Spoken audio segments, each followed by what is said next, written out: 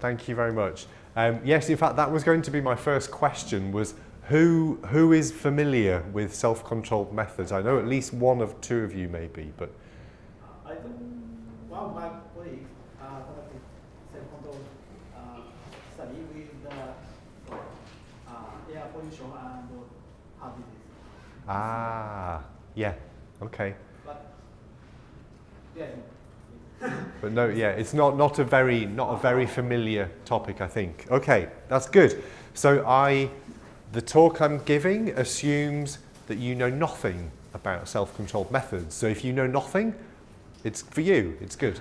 Okay, so we're going to start by thinking about confounding, a familiar topic, and then we'll discuss some situations where I think the conventional study designs may not work very well.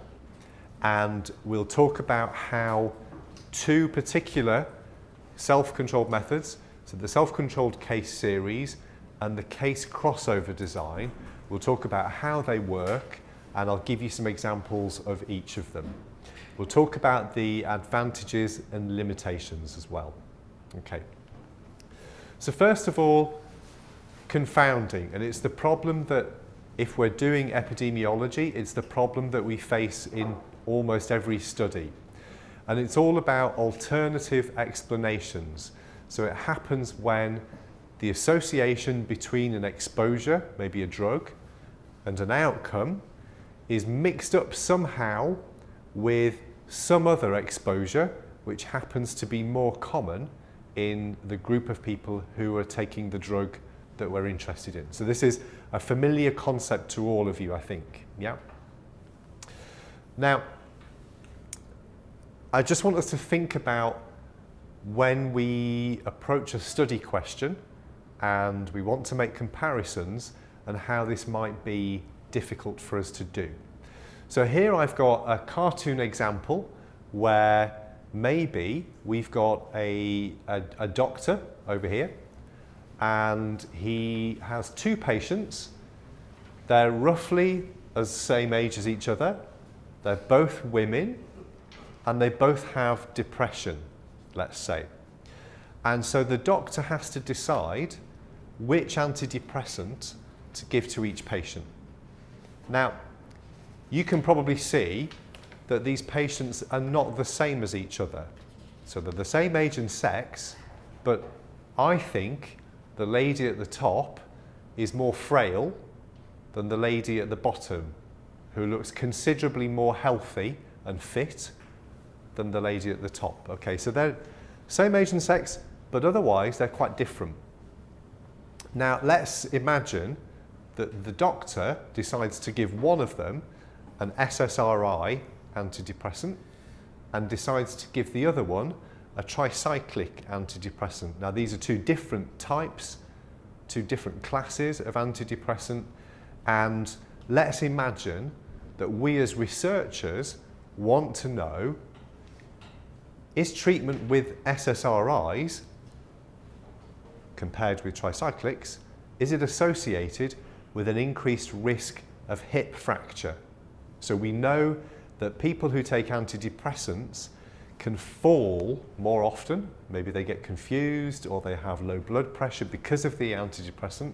So they're more likely to fall, and therefore they may be more likely to have a hip fracture. Okay? So that's a question for you to keep in mind. Another question that we will often have to think about is, let's imagine we have a new vaccine. And in this example, we've got 8 very young patients, young babies, and we've got a new vaccine, and we want to know whether the vaccine is associated with an adverse reaction. Well, let's imagine that the vaccine is given to, let's imagine the intention is that we give the vaccine to all children. Well, we know that in reality, there will be some children who don't get the vaccine. So here we've got 7 of these babies are given the vaccine. One of them, for some reason, is not given the vaccine. Now, if we want to do a study to find out if the vaccine is associated with an adverse reaction, do we really want to compare the seven children given the vaccine against the one child not given the vaccine? Now I think, and I'm not making any judgments, but I think that children who don't get vaccines are unusual or strange in some way. It could be that their parents have some massive objection to vaccines. This can happen. Or it could be that the child is maybe sick or is different to other children in some way. So if we want to do a comparison between children given the vaccine and children not given the vaccine, we may have some major difficulties. So it could be that there is no good comparator group. This would be our conventional approach. Maybe we have a cohort study of exposed and unexposed, and we just follow them up to see what happened. But I think that in instances like these, it could be that the patients in our exposed and unexposed groups are too different from each other. And it may be that we cannot measure the important differences between them well enough to be able to adjust for the confounding that this would introduce. And if we can't do this, or if nearly everybody is exposed, then I think we need a different solution. Okay, so going back to the question of antidepressants and hip fractures. So hip fractures are a big public health problem. They happen particularly to older people, and a woman who's aged 50 has a 17% lifetime risk of having a hip fracture. That's quite a high risk. For men it's a little lower, 6%. But each year, for people aged over 60, 10% of them are prescribed an antidepressant. So if we're concerned that antidepressants may lead to hip fractures, this could be a big public health problem because it's a common exposure and a common outcome. So it's a question that really matters. Historically, people had been using for many years the older tricyclic antidepressants, and we knew that the tricyclics were associated with this risk of falling and a risk of therefore having a hip fracture.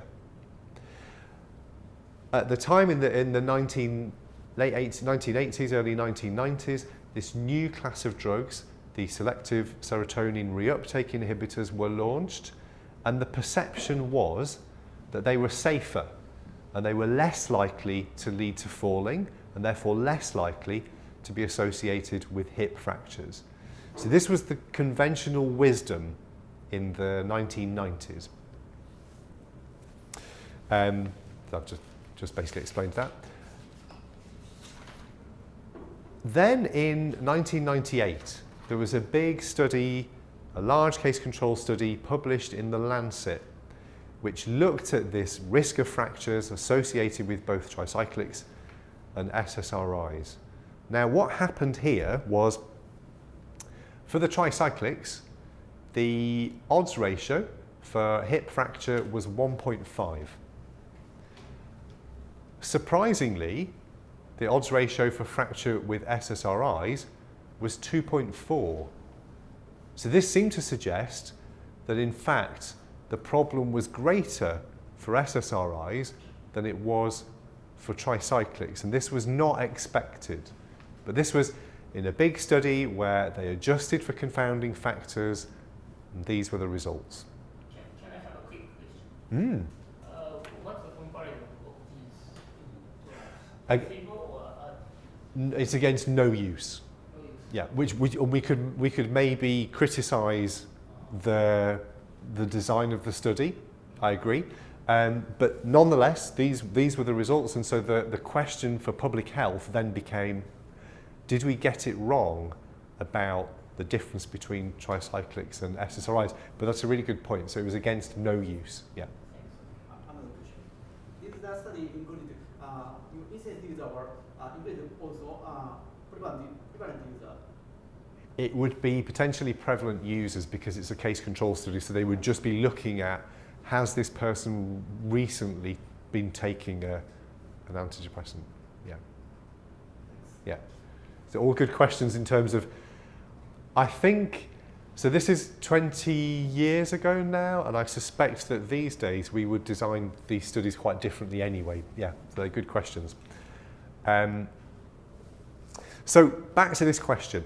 The idea of choosing between SSRIs and tricyclics and an increased risk of hip fracture. The problem is, and if we think about the first cartoon slide I showed you with the two ladies and choosing between an SSRI and a tricyclic, the question is, are doctors prescribing the newer SSRIs to patients that they believe are quite frail because they want to try and avoid hip fractures in those patients? And so maybe the doctors were channeling those new treatments to the patients who were at higher risk. Does that make sense? I think in terms of clinical practice, I think that would be a good thing. But it means that it may be that this frailty is acting as a major confounder, which is then leading us to think there's a bigger problem with hip fractures for SSRIs than for tricyclics. So as epidemiologists, we can do the best we can to adjust for confounding, but we know there's often residual and it can be a big problem. So maybe this association or this bigger association for SSRIs is actually due to confounding.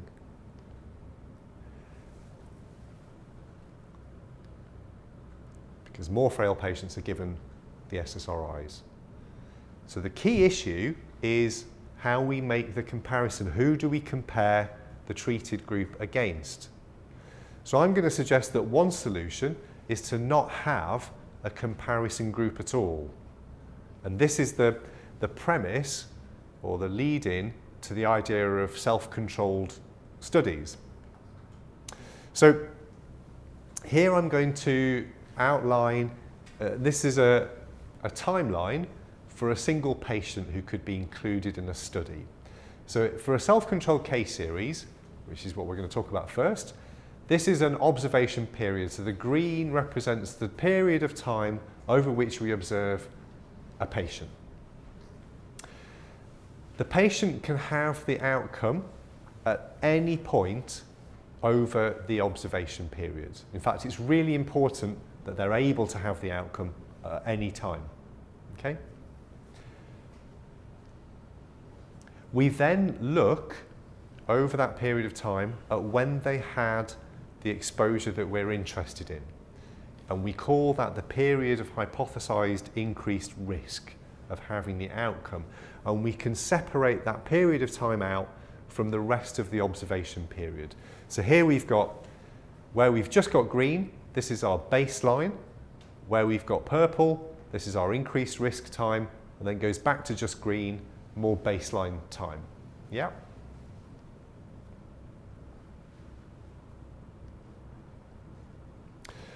What we then do is we look at when the outcomes happened related to the exposures, and the assumption is, or the condition is, that the event definitely happened.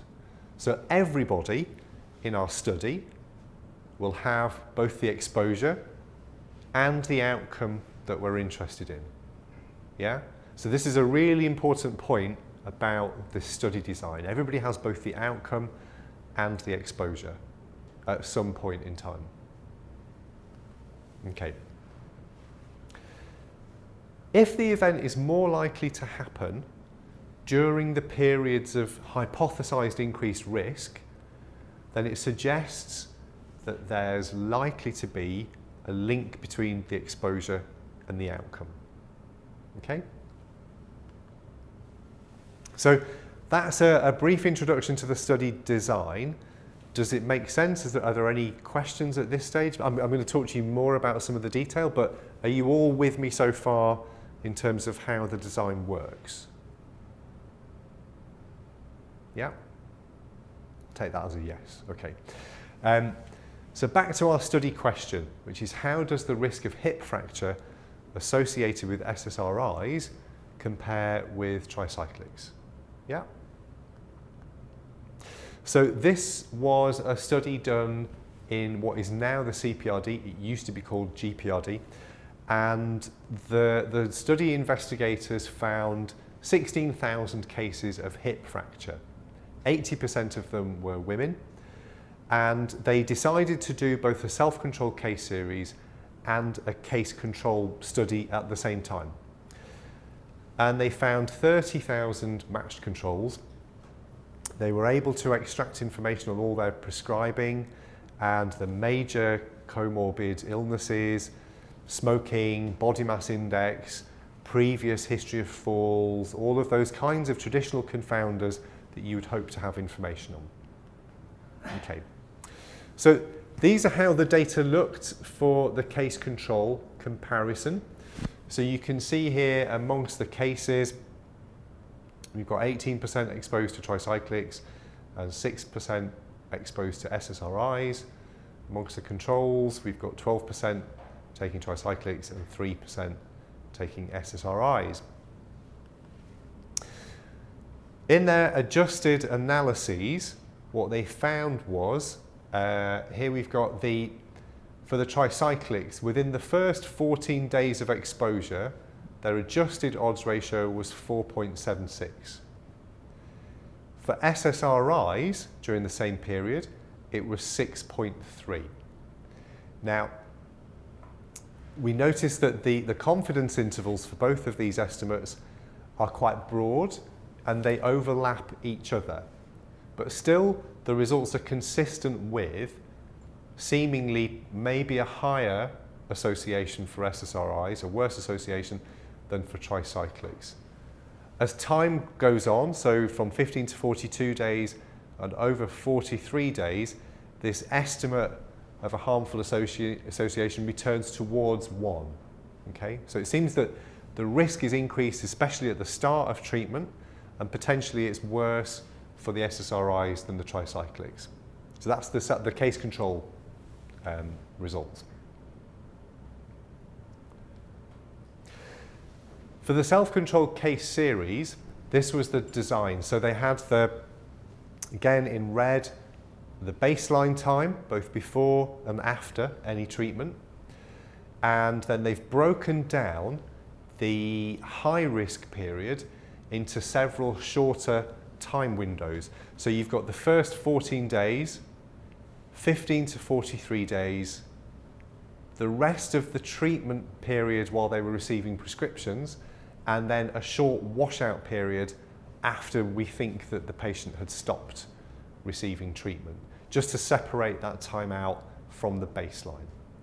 So remember that the hip fracture could happen at this point, any time during the high risk period, or could happen later on during more baseline time. What's really important to know about this design is that once you've had the outcome, we don't censor you. So the patients who've had the outcome here still contribute the rest of their observation time to the study design. So it's unusual compared to, say, a cohort design where we stop following as soon as people have the outcome. In this design, they remain under observation for the whole period. Okay. So these were the results for the self-controlled case series. So first of all, you've got the tricyclics. And here you've got, in the first 14 days, the rate ratio was 2.3. For the SSRIs during the same period, it's 1.96. And you might notice that the confidence intervals for this analysis are actually narrower than they were for the case control study. This is often a feature of the self-controlled case series, that statistically it can be more efficient. So we can often find that we get narrower confidence intervals in this design. But the other thing to notice is that the effect estimates are lower than they were for the case control design, which was comparing against no treatment. Okay, so I think interestingly here we've got both the fact that the association is more similar for the two types of drugs and that the effect estimate is lower. Okay.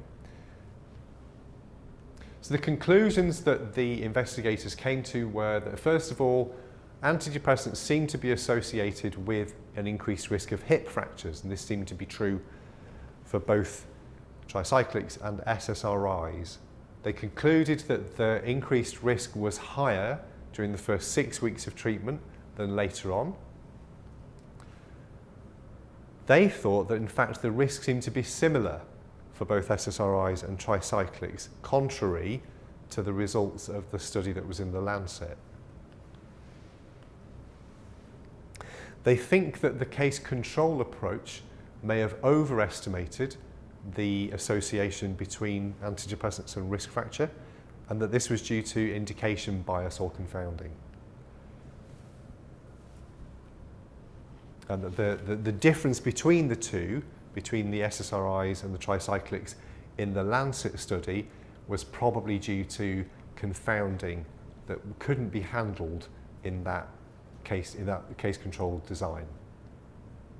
Okay, so any questions about that study before we move on to the next one? Does it? Yeah. I have a question about that the hip fracture. For example, if from the second time at the hip fracture, is it correlated with the first one? I mean, the before period and during the two kinds of drugs. I mean, before period, do they have some history of hip fracture? That's a really good question. So this study design can deal with recurrent outcomes if they're independent of each other, and you're absolutely right. So if you've had one hip fracture, your risk of another one becomes greater. So in fact, hip fractures would not be independent. The way that that's handled in this study design is that we only consider the first occurrence. So the condition of being in the study is that you've had at least one hip fracture, and it's the only one that we're interested in. So the fact that you may have a subsequent one is fine. It's not, we're not interested in this. We just want to know the one event which you're conditional on being in the study, when did that one happen in relation to your exposures? Does that answer your question? Yeah, okay. Easy. So it's not necessarily a question, it's just a random thought. Maybe depression is, in a way, is a protective factor against hip fracture, because people who are depressed, they're less likely to be active. So yeah, that's a random thought. No, but this is a really good point. So maybe at the point in time when somebody's depressed, their levels of activity also change, and maybe their chance of a hip fracture changes for that reason. In fact, if following the logic of that, we would then maybe expect that their risk of a hip fracture should be lower while they're taking an antidepressant. Or do you think it was during their untreated depression? Like when they're not treated for depression, Ah. they are less likely to have hip fracture because they're not as active. But especially initially when they were treated for depression, that's why the risk of hip fracture is higher, because suddenly they feel like they need to be active, and then as they were going into more treatment, maybe they're like Yeah. used to treatment. I like this is a really good way of thinking. So we need to think about what else can change over time, and you're absolutely right. So things like activity levels may also have changed over time. I think for I'm not a medical doctor, but I think for antidepressants, it can take quite some time for them to have a beneficial effect, and so I wouldn't expect it to lead to an activity change so quickly. But that's exactly the kind of thinking you'd need to do for this study design, to think what else could change over time, because that's really important. Yeah. Yeah. No, it's a really good point. Yeah. Yeah. Okay. So the thing that really matters with this study design is that, unlike in the case control study where we're comparing against very different people, here we're comparing a person against themselves. And so we are making an assumption that important risk factors are fairly static over the observation period. Yeah? And we'll come back to this later, but keep this in mind. The reason that this is a strong design is because lots of things that differ between people will not differ within a person over the observation period. Some things will, and it's really important that we think about those. Okay. Right, moving on to the next example, which I was just given a paper about literally 2 minutes before we started this session. And it's about rotavirus and intussusception. So rotavirus is an infection that causes severe gastroenteritis, and in the United States about 3.5 million cases a year happen in children under 5, so it's very common. It leads to lots of hospitalizations, about 50,000, and in a given year in the States it could lead to around 20 deaths. So very common infection, very rare but serious potential outcome. So in the late 1990s there was a new vaccine against rotavirus that was introduced and to be given in 3 doses.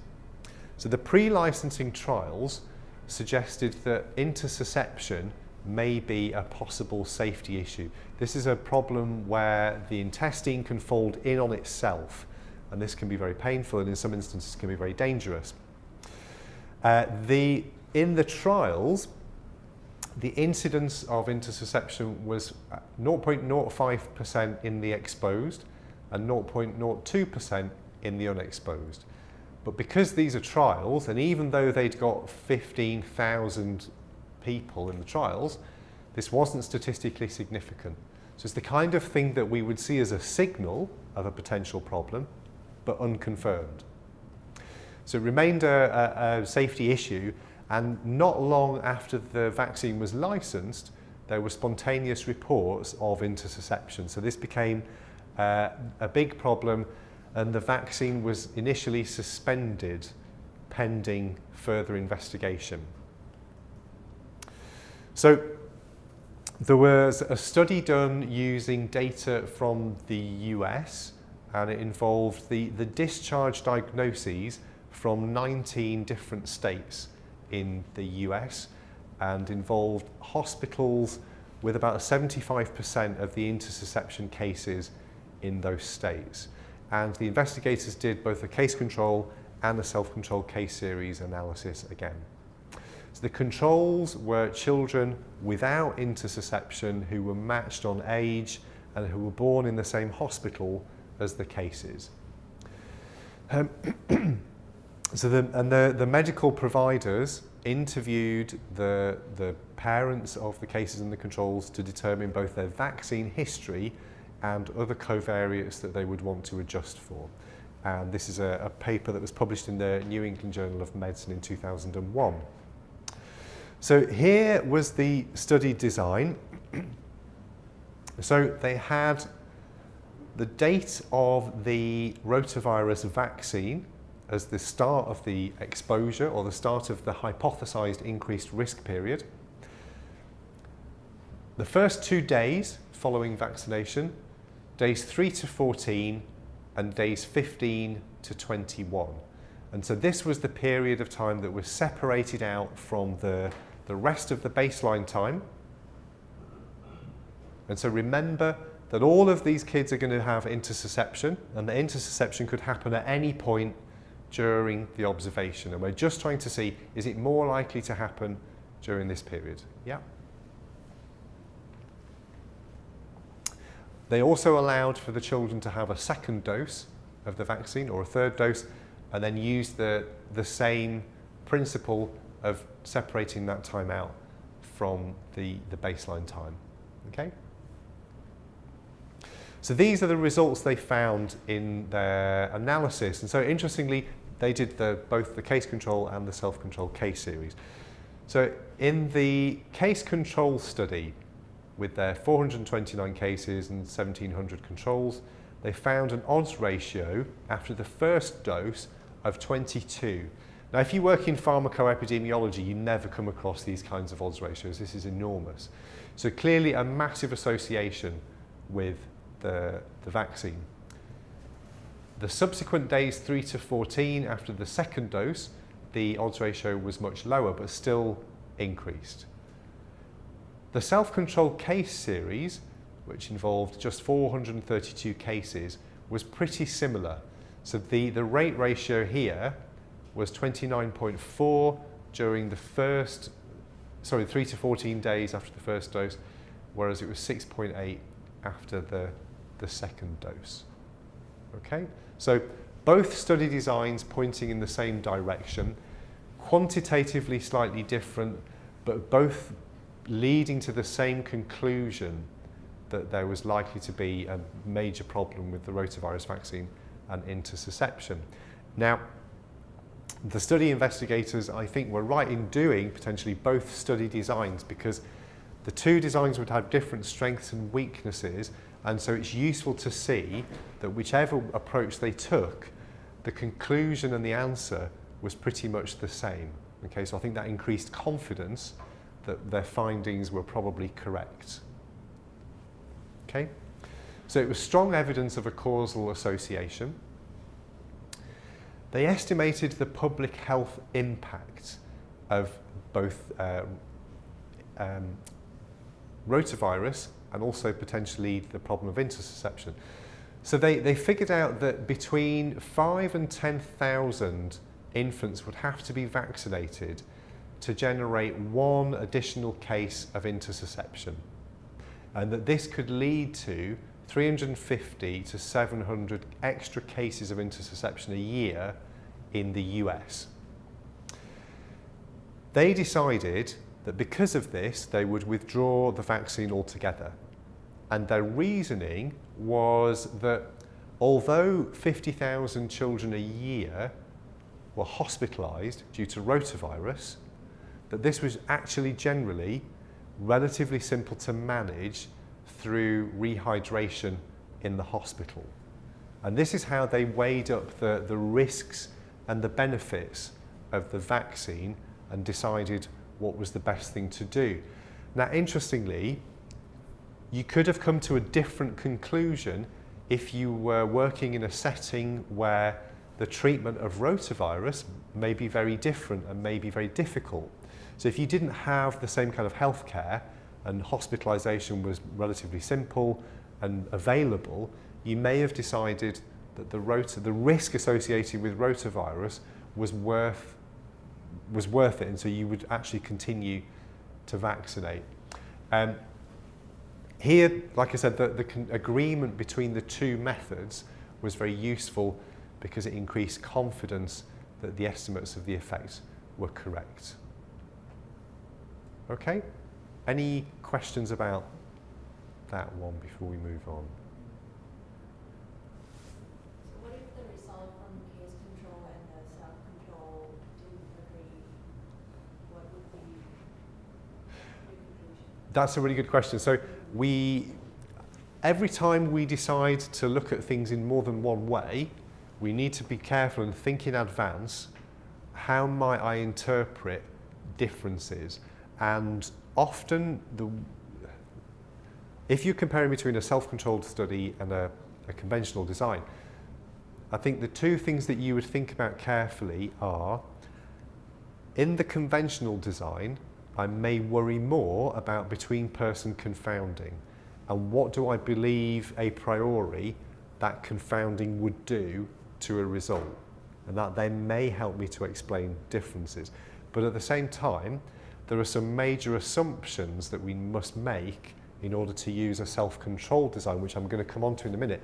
And I would need to again think in advance, if I believe I could break those assumptions, how might it affect my result?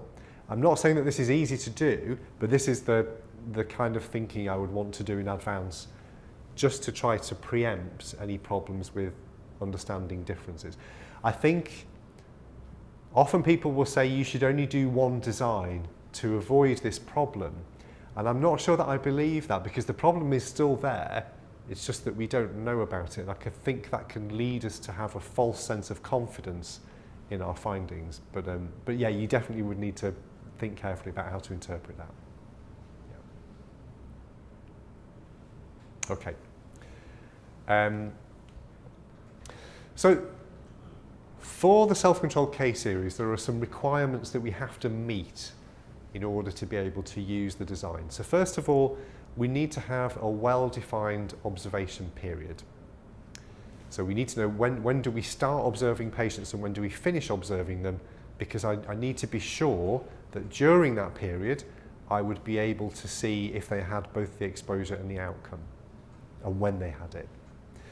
The exposure time needs to be well defined, because if I'm going to split their observation period up into exposed and unexposed, I need to know when to do that. The period of high risk needs to be known to some extent. So for the vaccine study, they knew in advance to break down the period into the first 2 days, 3 to 14 days, and then later periods. So we need to think in advance, what should those periods be? We would need to do that in any other kind of design as well. And the outcome itself also has to be easily dated, so we know exactly when it happened, because we're going to put it precisely on this observation period timeline. Yeah. There's no need for everybody's risk period to be the same length. So if we're looking at a drug treatment that could go on, like an antidepressant that could go on for some long period, it's fine for people to have different length exposure periods. Okay? So why don't we always use this method? Because if it means that we can forget about between-person differences, then surely we should be using it more. Well, the trouble is, we'll come on to in a minute, there are some definite advantages. So because we're making these comparisons within patients, the between-patient differences become irrelevant. And that includes the things that we can measure, like gender, gender, smoking status, that kind of thing. But it also includes things that we can't measure, like genetics, or diet, or exercise, which will often not change that much over an observation period. So it can remove a lot of confounding by indication. Things that do change over time, and typically that's things like age, or anything else that we can measure and that we thought about in advance, like your point, we can then adjust for those separately within our model. So we can adjust for other confounders that change over time, as long as they're measurable. But the limitations can be quite major. So I already mentioned that we have to be able to define our exposure period well, and our outcome has to be well dated. So this method won't work for treatments that people take as needed. So if somebody has migraines and they get a prescription for an anti-migraine pill, they're only going to take it when they think they're going to have a migraine. So on my observation period, I don't know when to put the high risk period. So I can't use it for those kinds of treatments.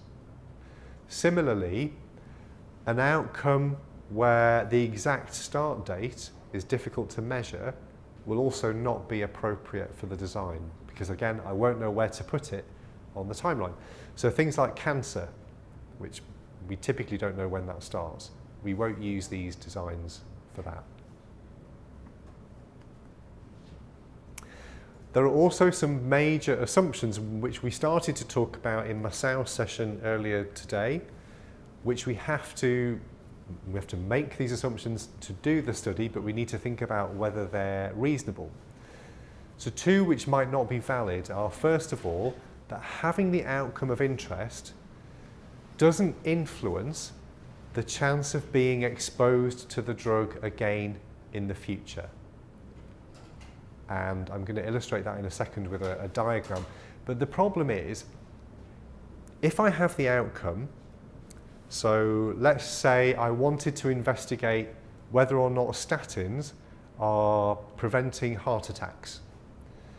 If I have a heart attack today, hopefully you'll take me to the hospital, which is not very far away, which would be good. But then afterwards, my doctor might put me on a statin. Yeah? I think that would be sensible. So me having a heart attack would definitely change my likelihood of receiving the treatment in the future. Yeah?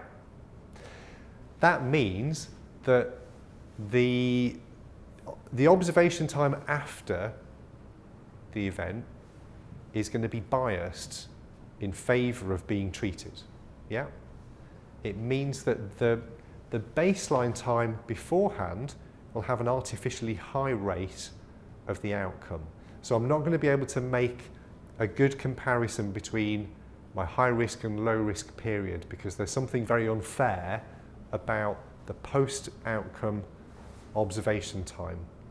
Does that make sense? The second major assumption is that having the outcome of interest doesn't affect the end of the observation period. Okay. So here's how this looks on a timeline. So the first is, if the event increases the risk of mortality, so death itself would be a good example, or something like a stroke, where the risk of dying shortly after a stroke is quite high. It means that we then can't observe what would have happened if the patient hadn't died. And sometimes, not always, this can then lead to a biased result. And it can be very difficult, if not impossible, to predict whether the result is biased. So we ought to avoid the design if we think there's a high chance that it increases mortality. In the second one, here I've got an example where it's the other way around. Maybe having the outcome means that you're then not likely to receive the exposure in the future. So this could be something like, well, the GI bleed that Masao was talking about this morning with antidepressants. Once doctors knew that this was a problem, if somebody had already had a GI bleed, they then might avoid antidepressants in the future. It would mean we then had a long period of observation with no exposure and no outcome, because they already had the outcome earlier on. So we would have an artificially low rate of the outcome during baseline time, and this would be a problem for the design. So how do these assumptions and limitations apply in reality? So events that will influence subsequent exposure, this could include things like, if we wanted to look at suicide attempt and whether it's associated with antidepressants, and this has been a live research question for many years. This design wouldn't be very appropriate, because if I had a suicide attempt, then again my doctor might then put me on an antidepressant, so the outcome would lead to the exposure, and this would be a problem.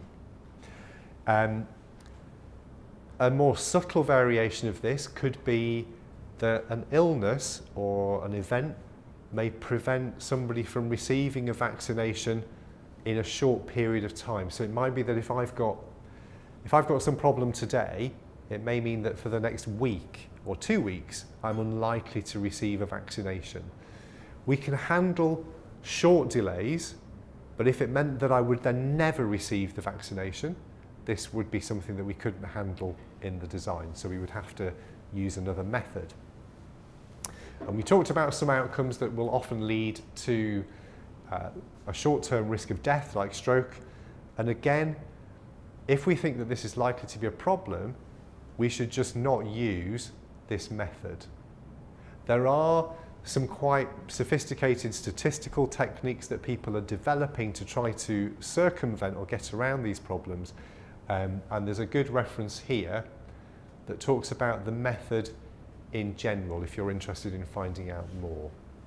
There's also there's a university in the UK called the Open University, and this is where both Paddy Farrington and Heather Whittaker did most of the development work for this method, and they have a lot of open source code lists and programs that you can use with statistical software to use this method to apply to your own data, and they're all downloadable from this website. Okay, so I'm going to move on to the case crossover design in a second. So are there any more questions about the self-controlled case series before we do? Regarding to the second assumption, the observation period after the outcome. So, such a air pollution, some environmental exposure, some research use the pre and post bidirectional sampling. If the outcome is fatal, for example, myocardial infarction was yes. So in this case, they mentioned the bias about the time tendency is smaller in bidirectional sampling rather than unidirectional sampling. So usually, is it necessary to fulfill the second assumption about observation period in self-control study? In fact, we've in work that we've been doing along with Heather Whitaker, we've tended to find that outcomes that can increase the risk of death, but only in a small proportion. So I don't know what it's like in Japan, but in the UK, the short-term death rate from MI is less than 10%. So what we've tended to find is that that doesn't lead to a biased result. So although it partially breaks that assumption, it doesn't seem to lead to a major bias, and maybe it's the same with the air pollution. Yeah. Okay, so the next major self-controlled design that I want to talk about is the case crossover. Now, this is similar to the self-controlled case series in as much as everybody that's included in the study has had the outcome of interest. They haven't all had the exposure, but they have all had the outcome. And again, each case of the outcome acts as their own control, and we define several periods before the outcome as either a case or a crossover period, and we compare the risk of exposure during the case and the crossover periods to see whether people were more likely to be exposed during the case period than some other previous crossover period. And I'll show this on a cartoon. So again, we've got somebody's observation time here. They have the outcome at this point here.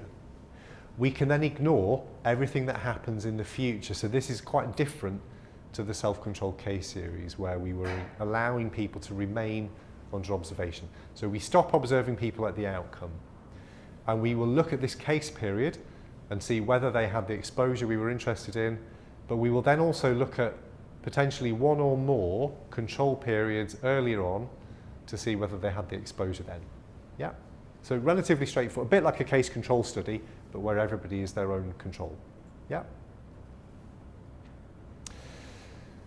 So in its simplest form, we just have one crossover or control period, and we contrast that with the case period. So you could, in theory, do a case crossover study just with a calculator. You don't need any fancy statistical software at all. That's all you need. The example I'm going to tell you about is one about benzodiazepines. So these are drugs like Valium, which they can cause drowsiness, and this is well known. The research question was, does being prescribed a benzodiazepine increase your risk of having a road traffic accident? Okay. So confounding is likely to be a problem in this study question. If we wanted to use a conventional design like a cohort or a case control, the worry would be that people who are prescribed benzodiazepines are very different to people who are not prescribed them, and that maybe the indication for a benzodiazepine, such as anxiety, may also be associated with road traffic accidents. So finding a good comparator group for this question, I think, would be very difficult. So the study that was done was in a small region of Scotland which is in the north of the UK. And this was over a 3-year period where they were able to get full prescription data for everybody who lived in that area. And they found that 20,000 people, or drivers, were involved in a road traffic accident during that period. Now, this region of Scotland is quite small, so I would say if you ever visit the Tayside region, just be careful if you're crossing the road, because if they have 20,000 car accidents in 3 years, I think that's not great. Anyway, the day of the road traffic accident was the case period. So we were interested in whether or not they were receiving a benzodiazepine on that day. The investigators compared that with the risk of receiving a benzodiazepine on the same day of the week during the 18 weeks before the road traffic accident. Why do you think they chose the same day of the week? If it's a work day, they go to work, and or in the weekend we go to supermarket, like those Yeah. the similar situation. Yeah. So that we're comparing similar behaviour patterns on similar times of the week. Yeah, exactly. Would the weather be a confounding factor? Weather could be a confounding factor, yeah, that's a really good one. I think that would be more of a problem if everybody was having their RTA on the same day. But there could be some problems with, they may have been more common on some days of the week. Yeah, that's actually a really good point. No one has ever asked me that before, and I don't know that the investigators took that into account, but actually it's a really good point. It would have affected the road traffic accident. Whether it would have affected whether somebody took a benzo that day, maybe less certain, but it's a really good point. With all of these self-controlled methods, the really key thing is to think what else could change over time and that I might need to account for in the analysis. Yeah. Okay, so in a cartoon style, this is the design. That's the day of the accident. And we see, did they take a benzo on this day? And then see for all of these previous 18 weeks, did they take a benzo on any of those days? So they found that 235 of the drivers were taking a benzo on the day of the accident, and that on average, only 147 were prescribed a benzo on one of the other non-road traffic accident days. And so the within-person odds ratio was 1.62. So in other words, yes, there did seem to be an increased risk of having an accident if you were taking a benzodiazepine that day. Okay, so in lots of ways, this is a more simple design than the self-controlled case series. It makes fewer assumptions. It also, I haven't got time to go into it particularly today, but it does assume that the risk within the whole population of receiving a treatment is static over time. So if we go back to this example here, let us imagine that rather than weeks, this was years.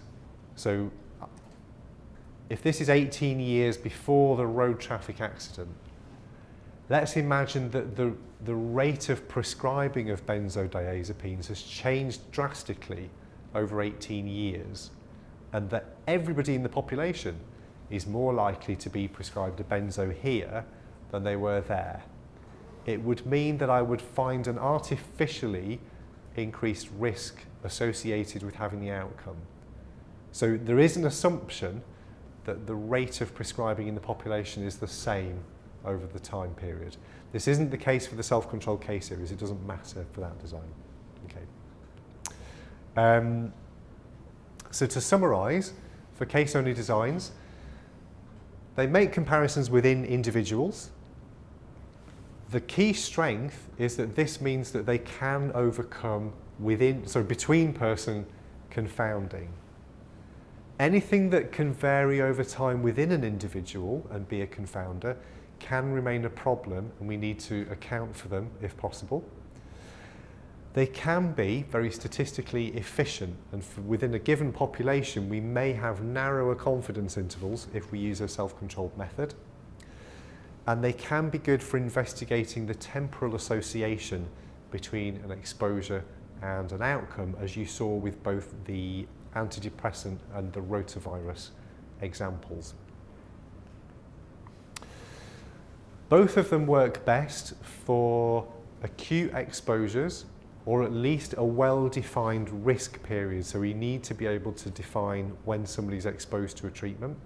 And they both work better for outcomes that we can date well, and we know when the onset occurred.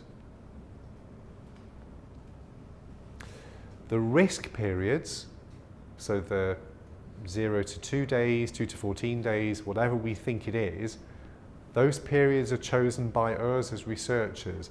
Sometimes, if there's a very broad signal of a safety issue, we may not know what those periods should be. But this would be similar for any study design. They do make important assumptions, particularly about the relationship between exposures and outcomes and how that changes over time. We need to be very careful about those before we do the study. Okay, and that's all I'm going to say for now. So any questions before we move on to, I've got a workshop for you to have a look through, but do ask questions. So how to design the period of the case and control? So the period, the duration. Is this for the case crossover? Yeah, case crossover method. Yeah, so this is going to have to be driven by hypotheses about the exposure and the outcome and how the drug is taken. So for that example, with the benzos, they would have thought, if somebody took a benzodiazepine 3 days before the accident, I'm not interested, but I really want to know were they taking it that day. If you were looking at something like, let's say you were interested in liver injury and an antibiotic, I think I would want to know that somebody had taken the drug maybe up to 2 weeks before having the liver injury, but maybe if it was earlier than that, I would be less bothered. It would depend on what I thought the mechanism was. So you'd need to think biologically about what the mechanism is between the exposure and the outcome, and then define what you think should be a reasonable risk window. Yeah? So I'm a little confused the difference between the case series and case crossover design. That is a difference of control sampling. So in the case control design, we chose the narrow field sampling. And when we use the case series, we use all other fields as a control. Yeah. That is So yeah, they're kind of analogous to, so the self-controlled K-series is similar to a cohort design in that we are first of all defining exposed and unexposed periods of time, and then comparing what's the risk of the outcome during those periods. Okay, so that's the self-controlled K-series. The case crossover, it's more similar to a case control design because we're starting at the outcome and we're saying what was the risk of being exposed compared with some control periods where we know you didn't have the outcome. That is the reason why the second assumption, the observation period after the outcome Yeah. is necessary. Yeah, that's right. Yeah. I understand. I'm wondering how you can handle possible confounders. You know, for example, second example, anxiety. How can you handle this? If it's something that you can measure and it's in your data, you just put it in the statistical model in the same way that you would if it was a cohort study or whatever it is. If it's something that you think changes over time and which we can't measure, like anxiety level day to day, we just have to claim this is something that a problem that we couldn't do anything about. There is definitely some issues that we can't handle. You can mention the limitation. Yeah. I see. Yeah. But I think that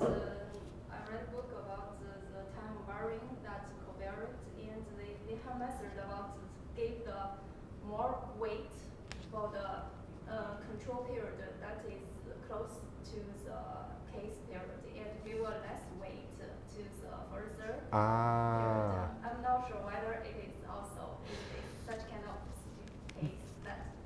Yeah, there's a slight variation of the case crossover that's called the case time control. And I can find you the reference for this as well, but where you can take into account the fact that the population level trend can change. But that would be another way, is by giving more weight to the period that's closer to the case period. Yeah. Okay, right, so we've got half an hour, which you may get partway through. What I'd like you to do is to work in small groups, so maybe up to 4 people. And I'm going to give you some examples here of study questions that I'd like you to just think through. How might you go about designing a case-only study? And I suggest that you work on either number 1 or number 2. Decide for yourselves. But there are published papers on all of these questions. There's not necessarily one correct way of doing anything, but there are different ways that you might approach them. Okay? But do please work in small groups, because I think you'll benefit from talking to each other.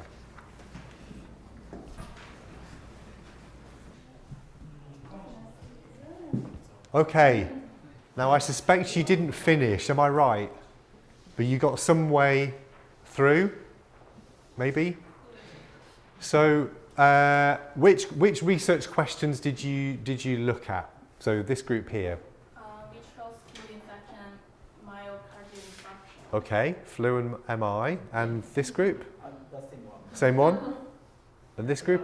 HPV and GBS. You did HPV and GBS. Okay, so we obviously don't have very much time, and I'm going to say, so because 2 of you chose the same question, we'll talk about this one.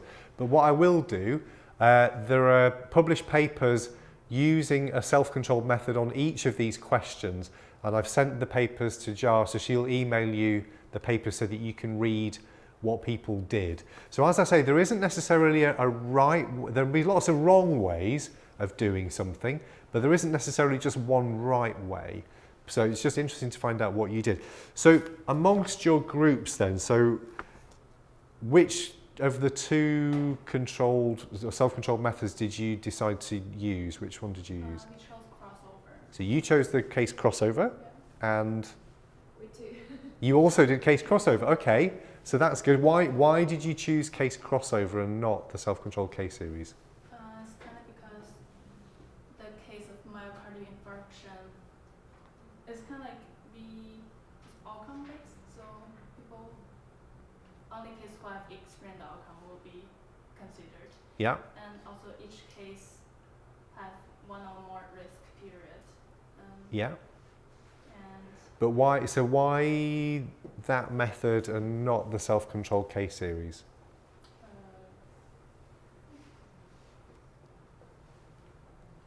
I guess compared to the other one, we don't have a well-defined observation period. Like we don't have a well-defined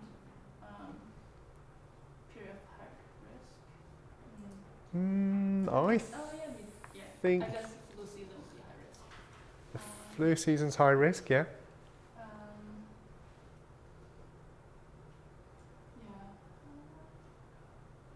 How about this group? Why did you choose? Our reason is because the period of exposure is usually limited with flu infection within 1 or 2 weeks. For acute exposure, maybe case crossover is more suitable than case series. Okay, I think that either would work, but I was curious about why you may have chosen one over the other. I don't, like I say, there isn't a right answer, and I think either method would potentially work. Okay, so how did you define the exposure period? Flu season. The flu season, but you want to know on an individual level whether somebody's been exposed to flu. So it could be flu, let's say flu season right now, but I don't have flu. So how are you defining exposure?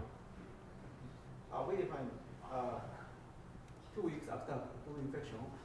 In Japan, most patients visit to clinical hospital if they affected to the influenza. Aha. They can freely prescribe anti-flu drugs in Japan. Ah, okay. So this is a really useful feature of your healthcare system, that you could define who's got flu. So this is going to be really important when you're approaching this kind of a question, is to make sure that you'd be able to ascertain or find whether people have got the exposure. So you've got a great example there, the flu you can identify. Okay, so that's a good way of defining it. And then your risk period. So I think did you say 2 weeks, was it? Yeah, or 1 week. 1 week, yeah, 1 or 2 weeks. So 1 week, and so why did you choose 1 week? So basically you're going to say a week before the MI, did somebody have flu? Is that right? Yeah. Okay, so why 1 week? It's very based on our assumption, like 1 week, that's how long a flu will take. Okay, so that's, Those are assumptions. yeah, that's a good thing. So you've thought about it should be a fairly short period, and we're going to go for a week. What did this group pick? Depending on my clinical expertise. Depending on what, sorry? Clinical experience. 2 weeks seems reasonable. Okay, so we may vary slightly, week, 2 weeks. What you might want to do is have potentially a sensitivity analysis. So whatever period you choose, we often don't know for sure what that period should be, and so what you might often do is say, my primary would be 1 week or 2 weeks, but I may look at a shorter or longer period as a sensitivity analysis. So that would be a useful design feature as well. Okay. What did you think about people who have more than one episode of flu? Could you have more than one episode of flu? How would that work? It's unusual. Usually, so during one season, one patient suffer. Most patients suffer only once. Yeah, I think so too. What you may find when you do record using or research using electronic health records, you will find impossible people. So you may find people who've got more than one episode of flu in their record. Now, I'm not asking you to find a solution right now, but I'm just telling you this will definitely be a feature of the data, that you will find something that should not be possible. So you would then have to decide, if somebody has more than one episode of flu, how do I treat them? Do I throw that person out altogether? Do I treat the first one as flu, the second one as flu, both of them as flu, knowing that they both can't be? So you'd have to have some way, a bit like this morning Masao talked about, the kind of questions that he had to face when he was looking through the data to then progress with the study, and you would need to think what to do about each of those situations. Okay, how did you define the outcome? How would you know whether somebody had the outcome? Myocardial infarction. And how would you know that somebody had an MI? Official diagnosis, yeah. So if we were working in electronic health records, then we would potentially have a code list, which hopefully somebody has already validated. Because to do a validation could be a year's work for somebody. It could be a very long process. Okay, so you got your MI, and did you have a different way of defining, or? Similar way.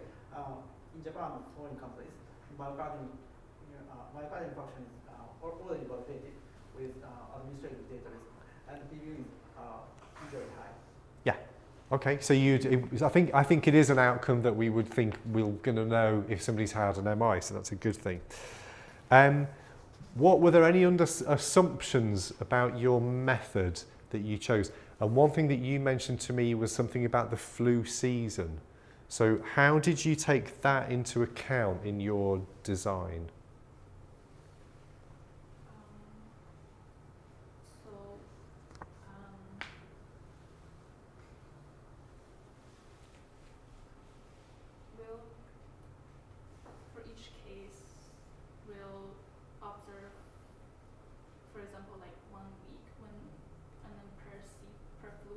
kind of compare.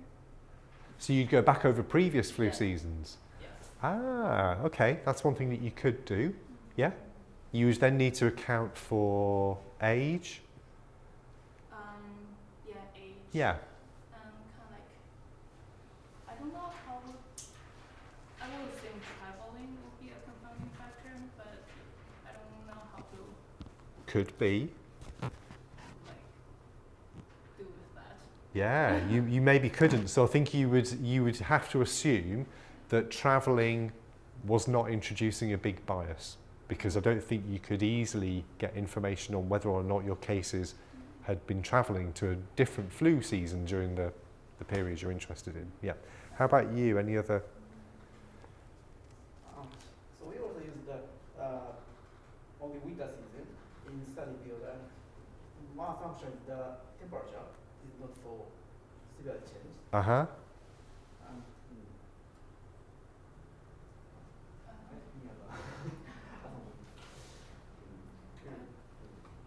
I don't know if, because obviously there might be different types of virus.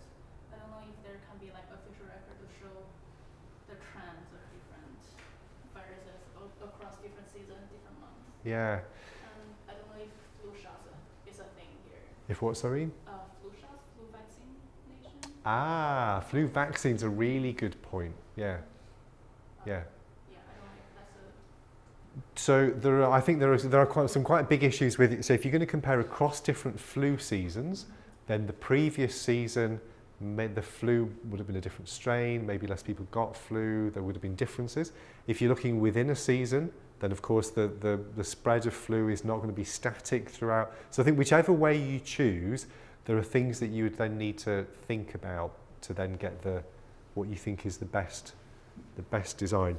And then I know that we're out of time.